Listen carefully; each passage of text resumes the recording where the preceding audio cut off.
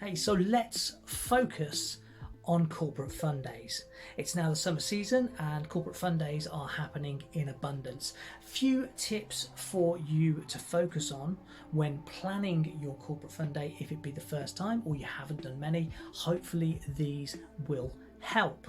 So first of all, make sure you plan everything you want to happen at your fun day before you select a venue. I've had many experiences in my career where the client has decided upon a venue, they've booked the venue, they've paid a deposit, and then they try and work out what they want to do. And they find out later on that the venue isn't suitable for all the activities they first envisaged that they'd like. So it's very, very important to make sure you know exactly what you want on your fun day before you book a venue.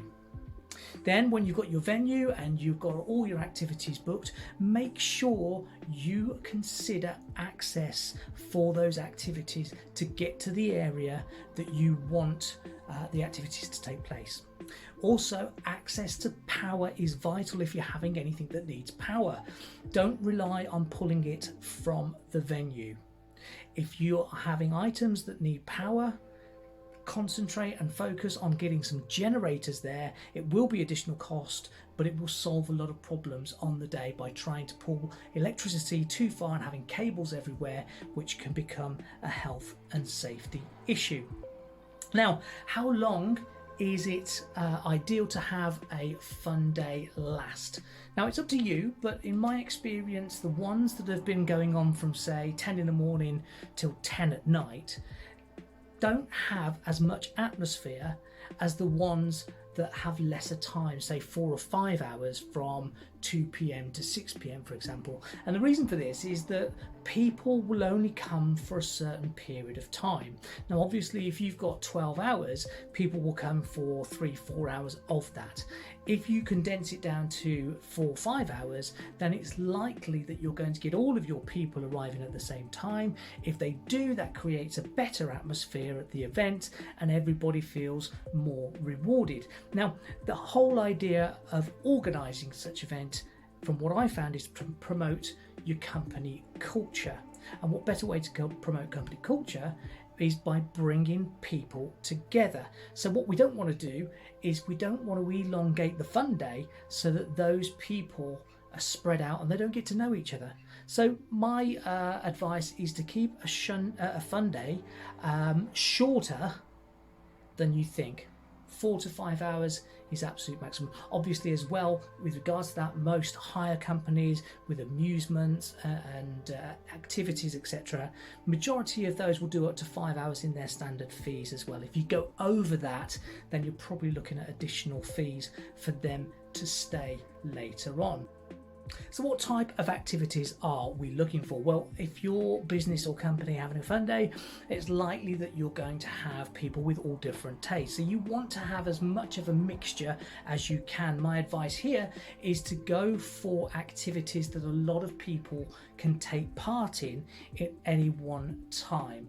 Otherwise, and I've seen it before where you have a particular thrill ride that can only take 2 people at any one time, the queues will form and people will be disappointed because they're waiting too long. So pick activities that a lot of people can go on. Examples of this are dodgem cars, waltzers. On the flip side, an example of something that does take a long time, and I've seen it happen, is one of these reverse bungees that only takes 2 people.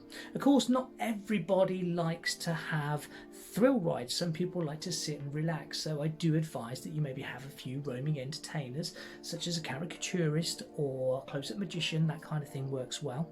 People like to sit on the patio and maybe just play some games, so why not just have a few board games on the coffee tables or on the bistro tables on a patio or on a field. And of course, always popular are the giant garden games such as giant chess, drafts, Jenga. All those kind of things work well too.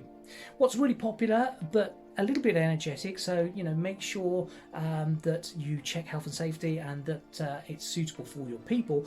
Inflatable assault courses, inflatable volleyball, human table football. These are all great showpieces to have at your fun day, and they can be structured if you want to have a bit of a team tournament going on.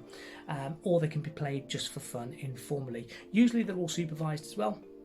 So a great entertainment there. So have a nice mix of entertainers and activities, some more thrilling, some more energetic than others, and some that you can just play by the side. Refreshments wise, obviously barbecues, hog roasts, including vegetarian and vegan options these days are very, very popular, and your venue are most likely to be able to do this for you. If they don't, there's plenty of local caterers that will. You just need to look online for a local caterer to where you're having your event. I hope that helps. Just a few tips that might help plan your corporate fun day, or help you plan your corporate fun day without falling down any common pitfalls there. I hope it's been helpful. Good to speak to you, and I'll see you soon. Bye bye.